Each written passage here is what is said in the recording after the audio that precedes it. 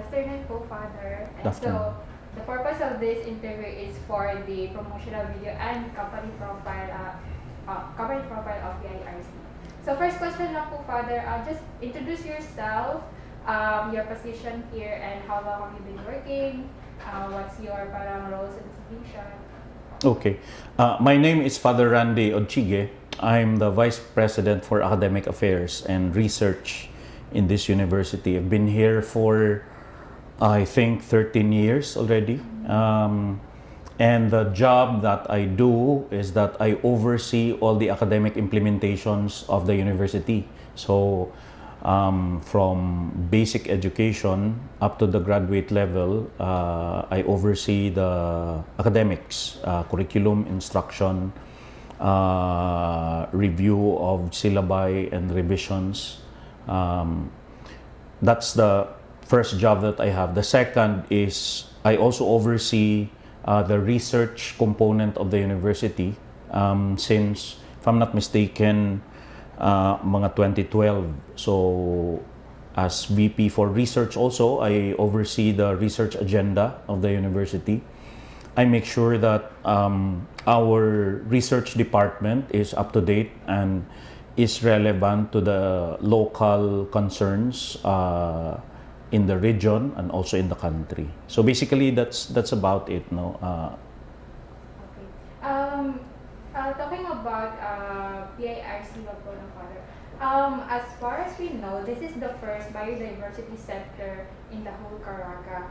How could you tell us a little bit of history of the center? How and when did it start from? Okay. The BIRC is part of the centers that we have proposed way back 2015 when we were crafting our 5-year development plan for 2016 until 2021, which coincides with the K-12 transition, the change of the basic education policy and implementation in the country. And so on 2015, we thought of beefing up the research direction of the university. So we proposed 4 centers upon consultation with our stakeholders and also with our researchers. So basically 4, we proposed 4. The first center is the Center on Local Knowledge, Religion and History. The second is Biodiversity, Informatics and Research Center. The third is the Research Center on Health and Development. The fourth is the Data Analytics and Data Analytics Center. So the BIRC is basically an initiative of the university, and we've implemented it 2016 thanks to the funding of the initial funding of the Commission on Higher Education, no, under their institutional development and innovation grants. And so after we secured the approval of the Board of Trustees of the university, so we implemented it, and I am quite proud that Dr. Sanggila, who is the founding director and lead researcher of the center, was really able to come up with a very good proposal, and we are also thankful and appreciative of the effort of the Commission on Higher Education. They provided us, after they approved our proposal, they provided us with, I think, around 8 million grant for a project that will run, I think, for 5 years or so. So, on the administrative and institutional level, that's how it came to be. But we also deem it relevant to propose this kind of center because we have to decide among the many possibilities of research center that can be implemented in a university like this. We had to choose which ones will be our priority, no, because of our meager resources and of our capability for manpower or human resource rather. Now, and so we thought of prioritizing the Biodiversity, Informatics and Research Center because also it is very much aligned with the research agenda of the university, which relates to justice, peace, and environment, integrity of creation. And so we thought that a research center on biodiversity would help us at one level implement and pursue the research direction of the university, and also it supports the extension and advocacy of the university. By extension, I mean how the institution, how the university becomes relevant to the contextual challenges encountered by the region. So for example, way back in 2009, the university has been very much active in the Save Tagibo watershed advocacy. I think you've heard about this. And in 2009, we succeeded in making this advocacy as an electoral issue in the locality of Butuan. And we thought that this is a very important advocacy, but at the same time, You, God Jesus, when the source of life flowed down for soul, as the ocean of mercy opened up for the whole world.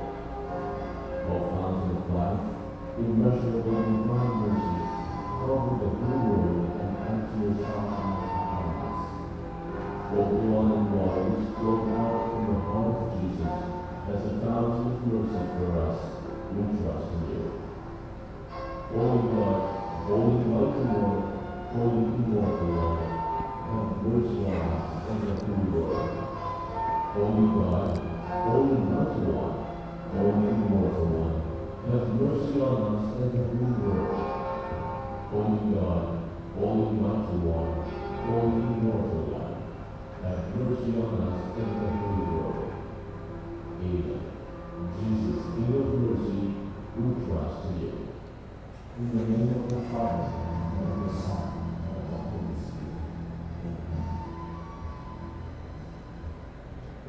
okay, so it was on the other hand also a very important initiative in terms of providing data for the advocacy. Because sometimes, or at least from a university perspective, we felt that when we advocate for certain things, it has to be scientifically based, and especially if it's an advocacy on the environment and ecology, we have to have scientific data and scientific basis of the things that we are advocating for.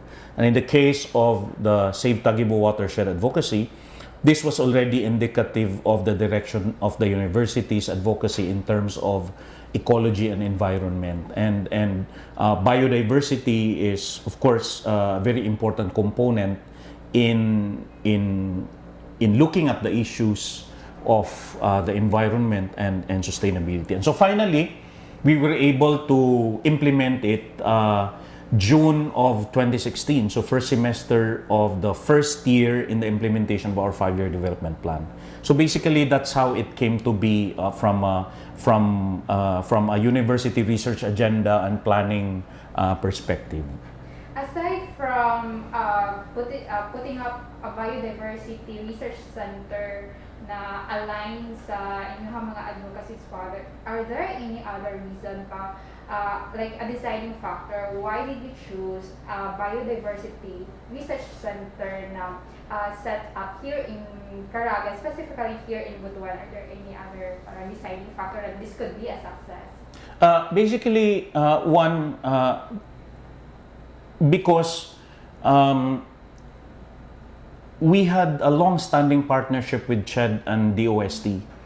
And DOST has been, they have a direction that they pursued in relation to research niching in various regions of the country.